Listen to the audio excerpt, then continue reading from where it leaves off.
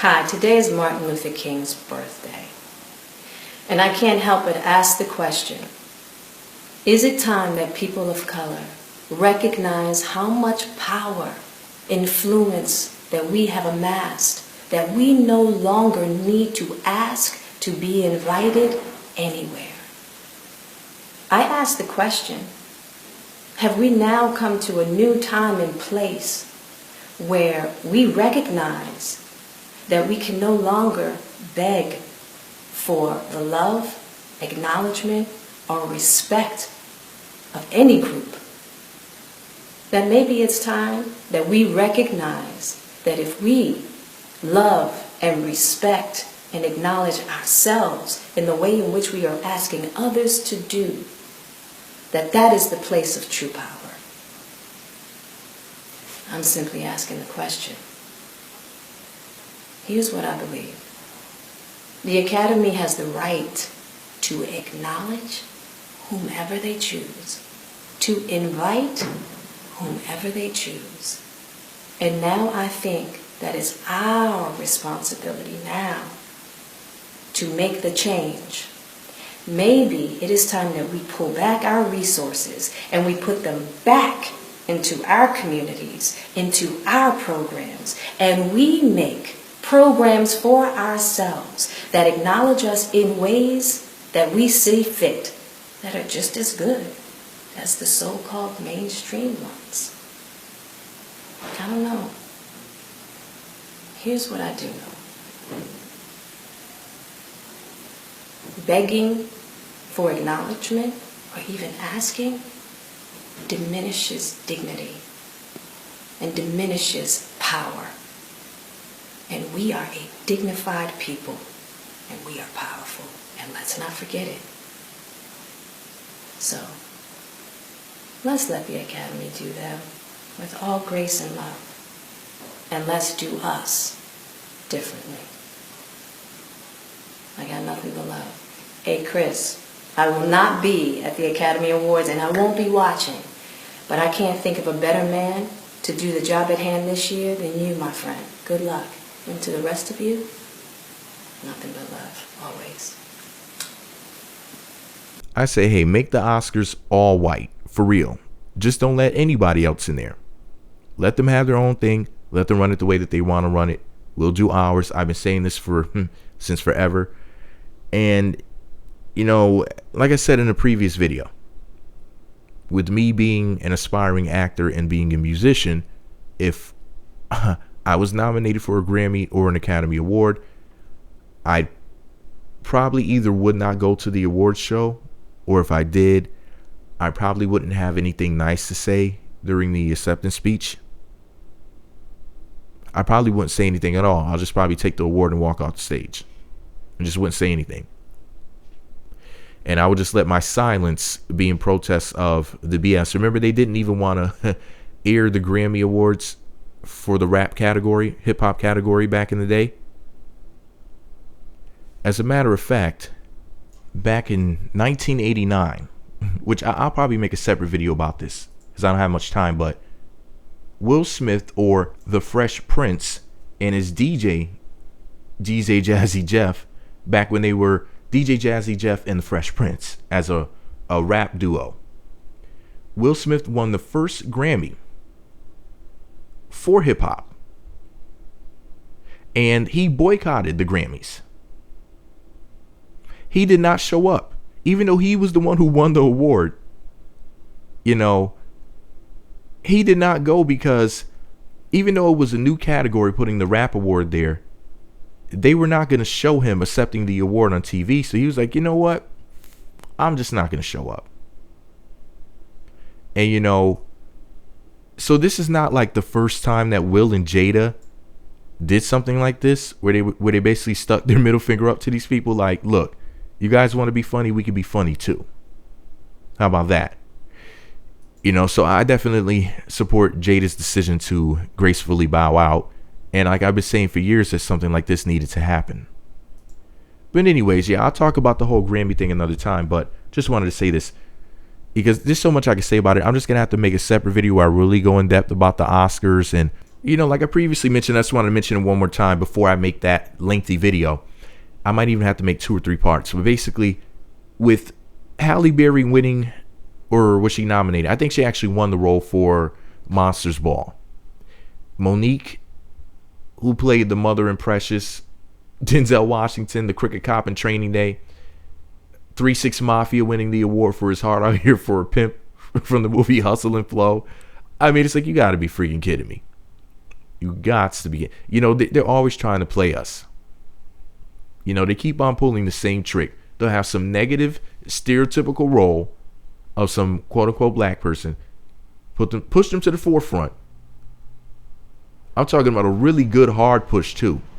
Covers of magazines, all up on your TV screens, movie screens, anywhere that they can place. Put their face in a lunchbox. Put their face on a baby bib. Anywhere that they can put it. Have some people popping up with tattoos of that person's face on their arm, or somewhere else in their body. But the point is that they'll keep that person in our mind and in the mainstream's mind. Now remember, the mainstream is supposed to be where the cleanest, safest, most presentable people go. That's why it's the mainstream. The raunch and whatnot, that's kind of, they let some of those people in, but there's a balance when it comes to the Caucasians and whatnot. Now when it comes to quote unquote black people, it's like, oh, you're raunchy. Well, we want your ass in the mainstream. You'd be perfect to make you guys look bad, because they know that the average Caucasian person is so stupid that anything negative that they hear about so-called black people, they'll just believe it and repeat whatever they hear. That's how we ended up with a Republican political party. Those are basically the dumbed down white folks that saw negative images and said, yeah, I believe that, and banded together and said, let's do something about it. They're the revenge party. That's what they are. They think everybody's on a team. We're their enemy, and they're gonna defeat us. They come from a very warlike culture. Europe is always at war with somebody, almost never on their own homeland, but they're consistently destroying, robbing, and raping someone somewhere, and then telling you to get over it. Even though, even in Westboro, New York, up north, they had that, I guess it was the city seal, where a Native American was being choked to death by a European terrorist. Now, they said he was having a friendly wrestling match with a European settler or something like that. They reworded what it really was a white man coming over here and choking a Native American to death as I guess it was the state seal, rather the city seal. So they're blatantly throwing stuff up in our faces. They think that they're really funny, but I'll talk about that stuff another time because I really don't have that much time. I just want to say this though. We should have been walked away from the Oscars, the Grammys, and any of these other stupid award shows. You see what they're doing with music. They're basically saying that white people are now the face of R&B. Justin Timberlake and Justin Bieber. They tried to do it with rap music, with Iggy Azalea and making her the new Nicki Minaj, but it just did not work. They gave that girl. Now, I love me some Iggy Azalea. I have no issue with her. I don't like her music, but I like her. And I don't think she's a part of the agenda. I think she's just a hustler. But what ended up happening was, in the music industry, they don't give you too many chances. Unless you're like the boss's niece or something like that. You know what I mean? She had, 4 singles come out on her album. And it took to the 4th one to become a hit for things to start to take off. And then when her album came out, it sold like 60,000 copies in the first week. That's not a lot. That's a really slow moving album. Even nowadays where they say that people don't sell records. You see what I'm saying? She was given a lot of chances. There was definitely some politics and bullshit behind that. They were trying to basically take down Nicki Minaj. They were saying that Iggy Azalea is the ruler of rap and hip hop. This is literally what they were saying. They were basically saying that she was running things. But how? What record sales or accolades or respect or, you know what I mean? What did she do? What did she obtain to make her the ruler of hip hop. I mean, it just makes no sense. Unless you realize that there was a racial agenda behind it. Like everything has a racial agenda behind it.